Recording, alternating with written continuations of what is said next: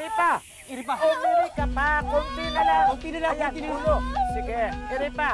Umiri ka pa! Kunti na lang lumalabas ng ulo. Todo pa! Man, Kunti na pa! lalabas na ang bata, lalabas na. Sige pa, iri ka pa! Lumalabas ng ulo! Kunti na lang! Oh, lumalabas ng ulo! Ulo! Ayun na, anak! Kunti na lang! Kunti na lang! Ayan, Kunti na lang! ulo! Lumalabas ng ulo! Ha? Dito, babaeng anak mo. Talaga po? Narinig mo yun, asawa ko? Babae daw ang anak natin. Daming dugo. Daming dugo. Mahal? Mahal? Mahal, ano nangyari sa'yo? Halimensya! Daming dugo dito. Daming dugo. Dito, daming dugo. Asawa ko, ano ang gagawin natin, halimensya? Mabuti pa itakbo mo na sa ospital. Mga kapitbahay! Mga kapitbahay!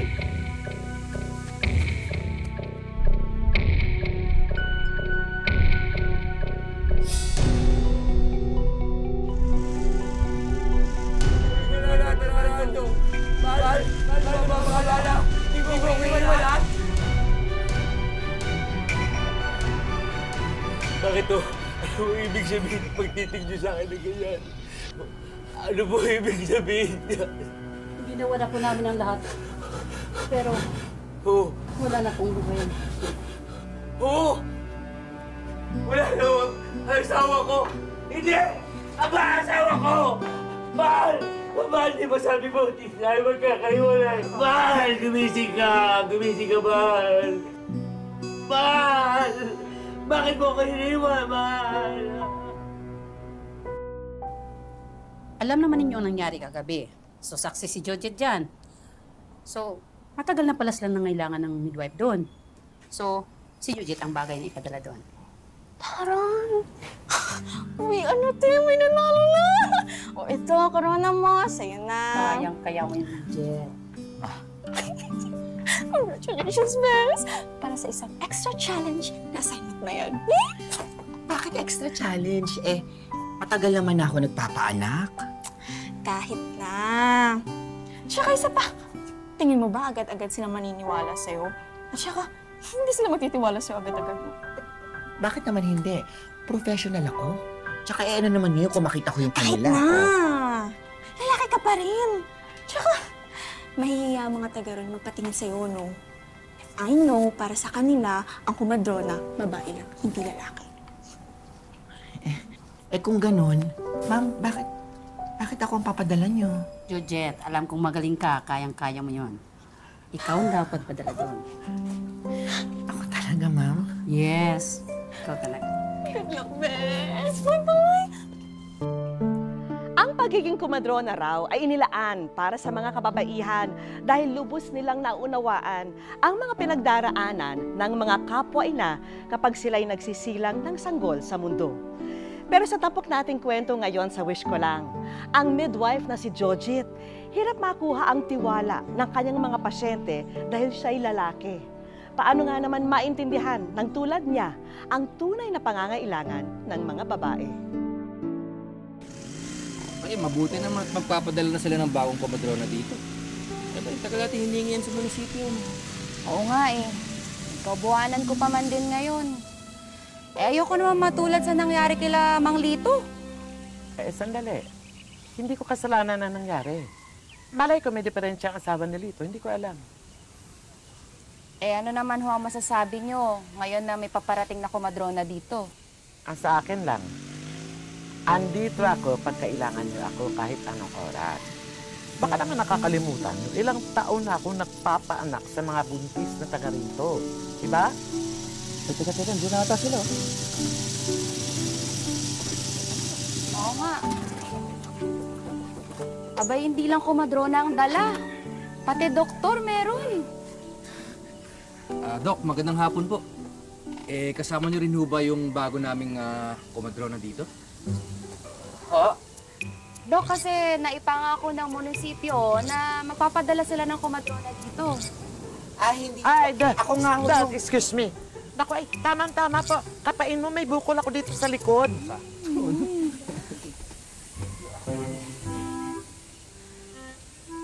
Pero, nasaan na yung kumadrona? Ako nga. Siya po yung pinadalang komadrona. Ha? Halika na. Punta tayo sa tuloy mo. magandang hapon po. Hindi naman, mauna na po kami. Sige po. Sabi!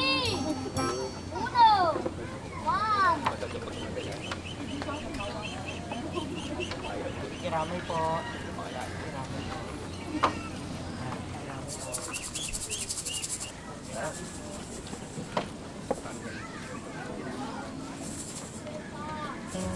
Laki na hayop ka! Ano ginagawa mo rito? Sir, nakikiramay lang po. Kikiramay ka? Ako po yung bagong kumadrona. Kapal din ang mukha mo? Mga kabaryo, ito may dahilan kung bakit namatay ang asawa ko. Parisha! Tama na. Hindi po totoo yan. Hindi po totoo yan. Dumating po yung asawa nyo na naduguan na po. Hindi po. Sinungaling ka! Buhay pa sana ang asawa ko! Tama na, pasok mo sa bahay. Hindi na pa sana ang anak ko! Tama na. Kahit kayo namatay ang asawa ko! Kapal na mukha mo, ha? Diyan ka lang! Sir, wala ho akong kasalanan. Ayun ka, diyan ka lang, ha? Dede! Wala naman ho akong kasalanan. Hayop ka!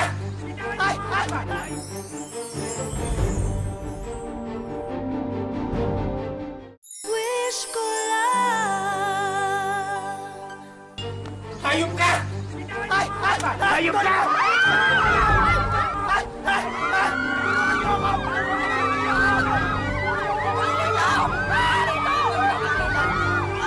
Diyos ko.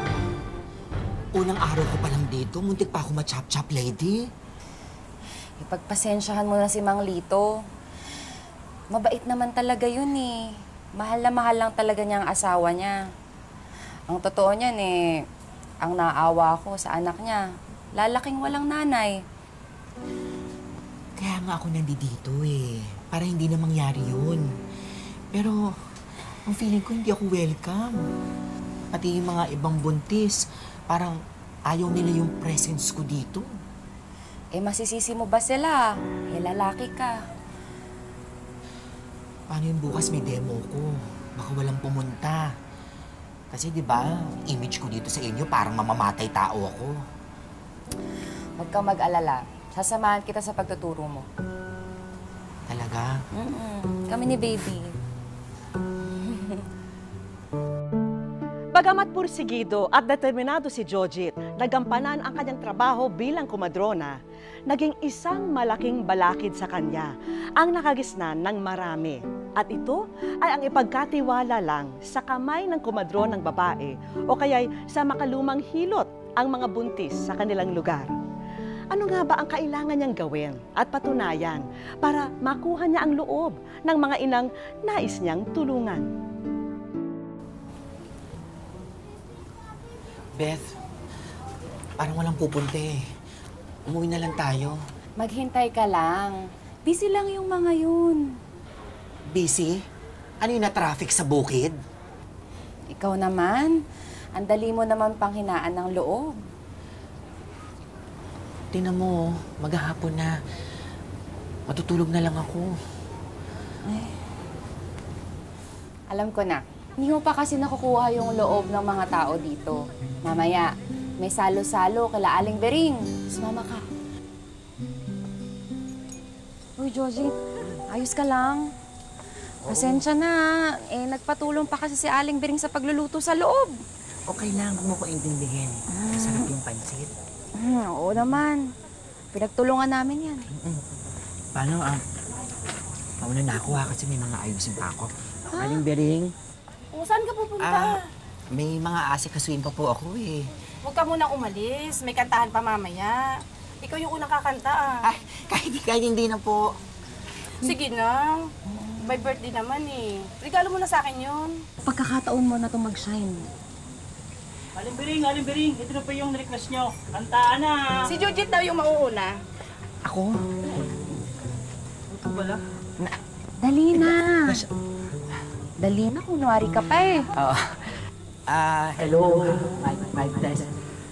Hello, magandang araw po ulit. Aling Bering, happy birthday.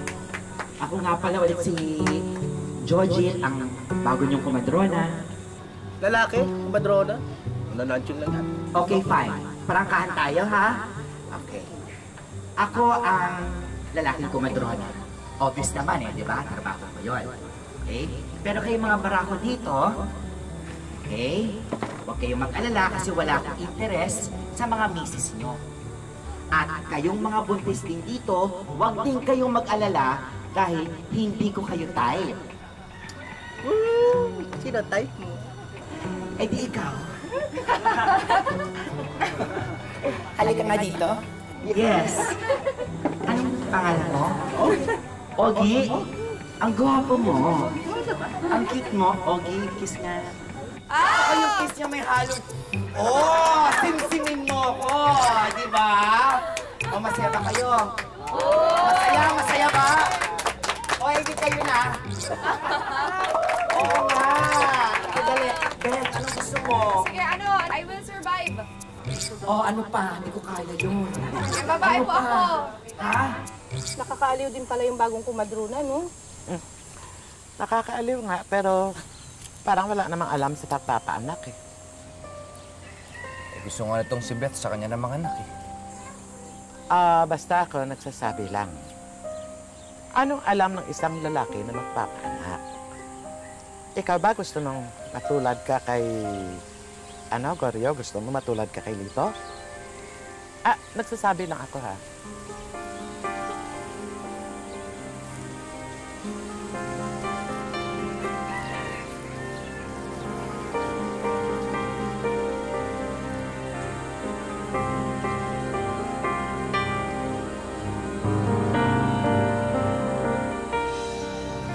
Ikaw ba titigas talaga ng ulo mo eh, no?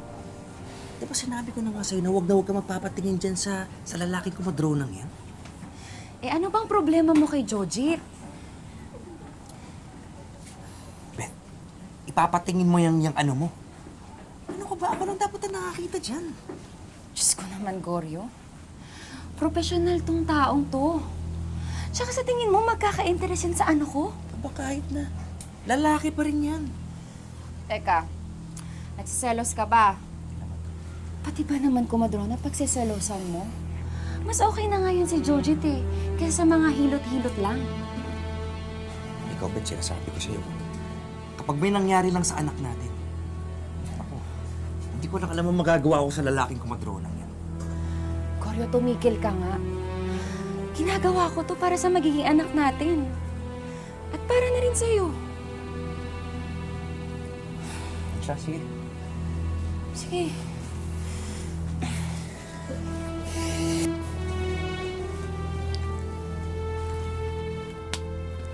Oh, baka nag-away kayo ng asawa mo. Ewan ko ba dun? Pati ba naman ikaw pinagsiselosan? Alam mo, mga lalaki talaga, no? Pati yung mga misis nila parang ayaw sa akin. Ikaw ang kauna-unahang pasyente ko, alam mo ba? Sige na, ibuka mo na. Eh, teka lang. O bakit? Kasi parang... Parang ano? Huwag mong sabihin sa akin... Pati ba naman ikaw? Ito na, ito na.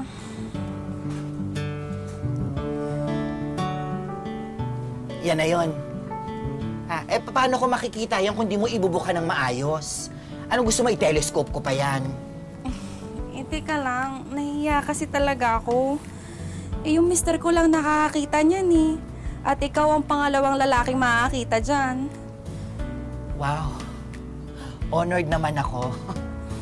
Sige na, ibuka na para matapos na tayo. Ibuka mo na maayos. Yan.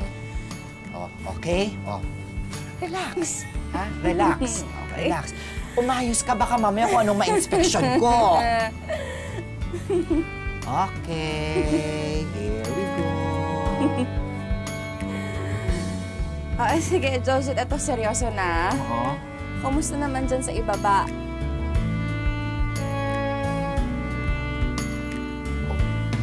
Tapos na. Beth, malapit-lapit ka na. Kasi dilated na yung cervix mo. Talaga? Sabihin mo sa mister mo, malapit nyo nang masilahin si Junior. Tapos na. Nasaktan ba kita? Okay ka lang ba? Okay naman. Pero nakita mo na. Oo, ang ganda-ganda. Parang akin lang. Talaga ba? Meron ka. Sana wish ko lang. O, Goryo, kumain ka na. Salamat. Goryo? Bakit? Goryo? Manganak na ata ako. Ano? Manganganak na ata ako! Dali! Bilis! Teka, diyan ka lang. Tatawag ako ng tulong. Teka lang. Beth, iri mo! Kaya mo yan. Iri mo! Malakas sa iri! Mahal, konti na lang. Kaya mo yan. Sige, iri mo! Nakikita ko na yung ulo, Beth! Mahal!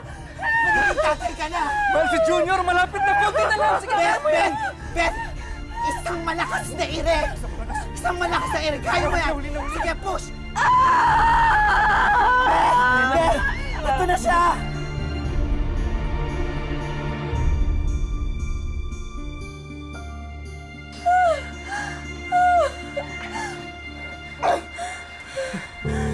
Aling Mensya! Magiging tatay na ako! Ano nangyari? Bakit hindi ko naririnig ang iyak ng anak ko? Georgie!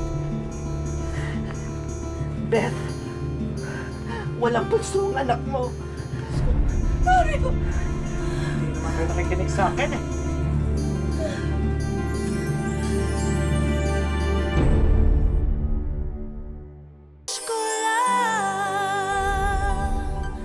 Georgie! Ano nangyayari? Bakit wala akong naririnig na iyak? Beth! Walang puso ang anak mo! Goryo! Bakit ganon? Eh, ayaw nyo naman kasi makinig sa akin eh. Goryo, ano nangyayari? Gawa mo ng paraan to, Josie! Ano ginawa mo? Wala pang 2 minuto! Wala pang 2 minuto! 1, 2, 3, 4. Hinga na, baby. Hinga na, please. 1, 2. Sa pinagkatiwalaan kita. Pero ano nangyayari? Walang buhay ang anak ko! Baby, huminga ka na. Hinahanap ka nila, mami, please. Baby, huminga ka na, baby. O ayan o, sinasaktan yung anak ninyo, wala na yung patay na yan. Naku, nalalamok na anak ninyo. Kasi pinagkatiwalaan kita. Gumawa ka ng paraan. Walang iya ka! Mamasaktan na anak ko!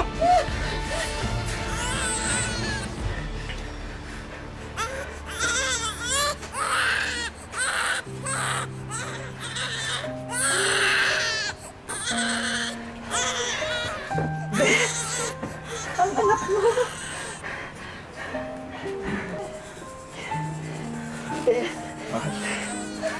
Beth, si Junior, oh.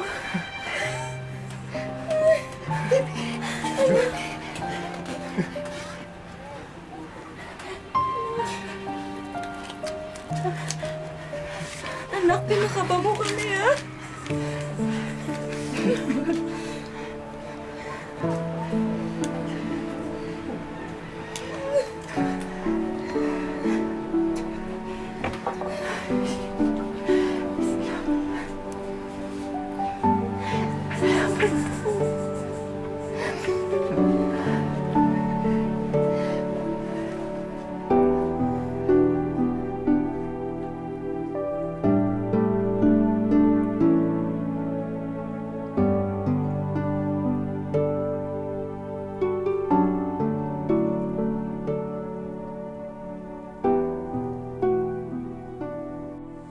Welcome to the Christian world, Gregorio Santos Jr. Alam mo, pwede ring JR for short. Alam nyo, itong baby na to, pinakaba kami nito. Kasi nung pinanganak siya, karoon ng deperensya, hindi nakahinga, dinala namin siya sa ospital. Awa naman ng Diyos, tinan nyo ngayon, no? Ang healthy, ang cute-cute ng baby namin, tsaka 2 months old na to. Mukhang may speech ang mother. Ako rin may sasabihin. Alam nyo, malaki ang pasasalamat ko na dumating si Jojit dito sa baryo natin. At pati na rin sa aming mag-iina. Oo, nung una, alam ko medyo nagdududa kami sa'yo. Ano ba naman ang alam ng isang lalaki sa pagpapaanak, di ba?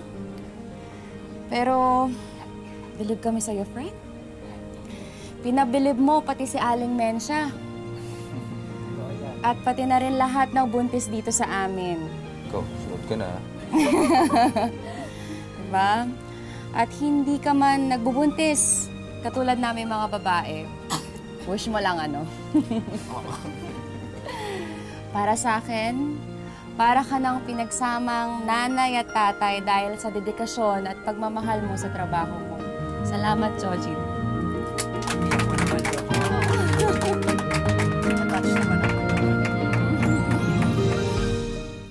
Very good. Push.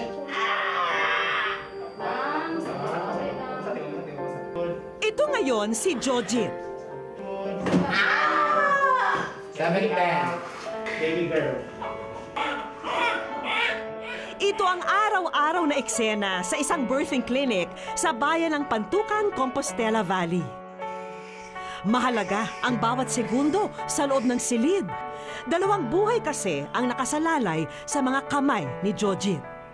Sabi nga ng lalaking kumadrona, relax lang, concentrate at bawal mataranta. Yung una po kasi, nung una exposure ko talaga na nag-handle, munti ka nahulog yung bata.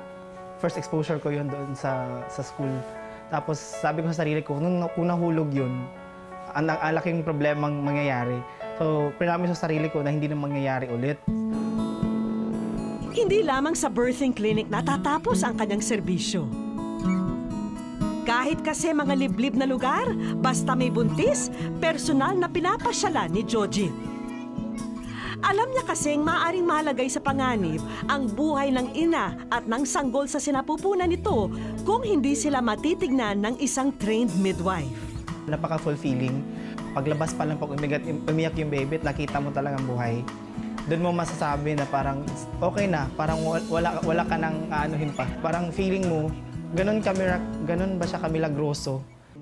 Pero kung may isang pasyente na hindi makakalimutan si Jojit, ito ay ang kauna-unahang kaso ng sanggol na kinailangan niyang i-revive dahil hindi raw humihinga noong ipinanganak.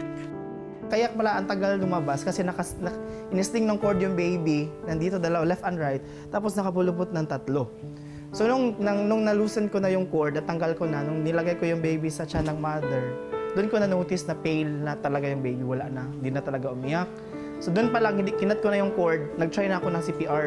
Nakita ko yung baby na umiyak na. Tumulo lang yung luha ko, pero hindi ko talaga pinapahalata. Oo, na super happy ako that time na na-revive yung baby. Ordinaryong araw ito para kay Jojit, pero magiging extraordinaryo ang tagpo dahil sa isang espesyal at napakabulinggit na bisita. Ay! Sa dinami-rami ng napaanak ni Jojit, sa unay hindi niya agad nakilala ang bata. Hanggang sa may iabot ito sa kanya. Magtaka ka pa kaya, Jojit, sa ibabalita namin sa'yo? Sir Jojit, maraming salamat po sa aking buhay. At dahil po dyan, ikaw ay nasa... Wish ko lang!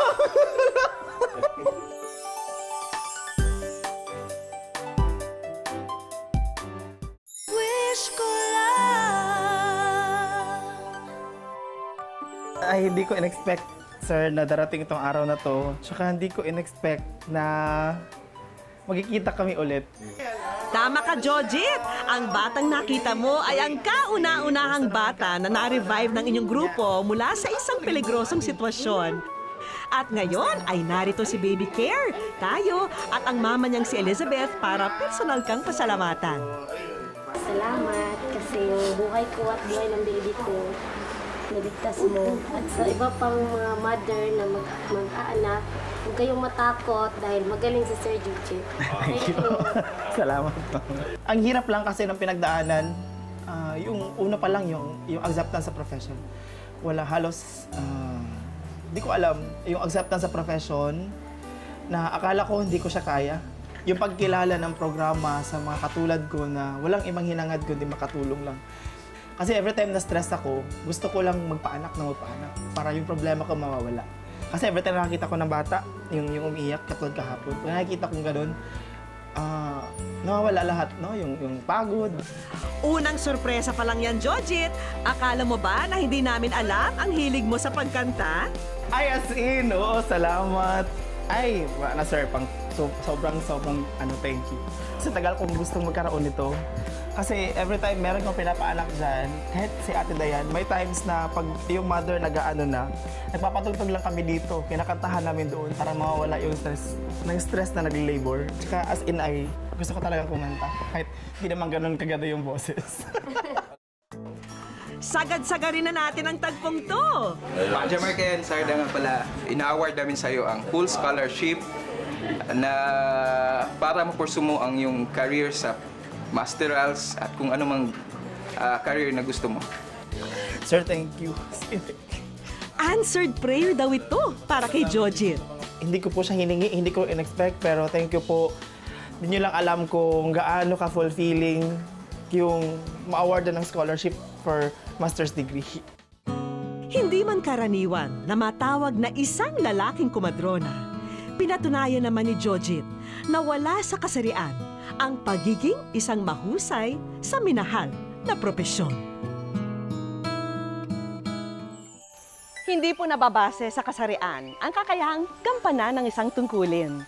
Hanggang ang dedikasyon at determinasyon ay nasa ating puso, kayang pagtagumpayan ang kahit anong trabaho. Salamat po sa inyong pagtangkilik. Ako po si Vicky Morales at ito po ang Wish Ko Lang.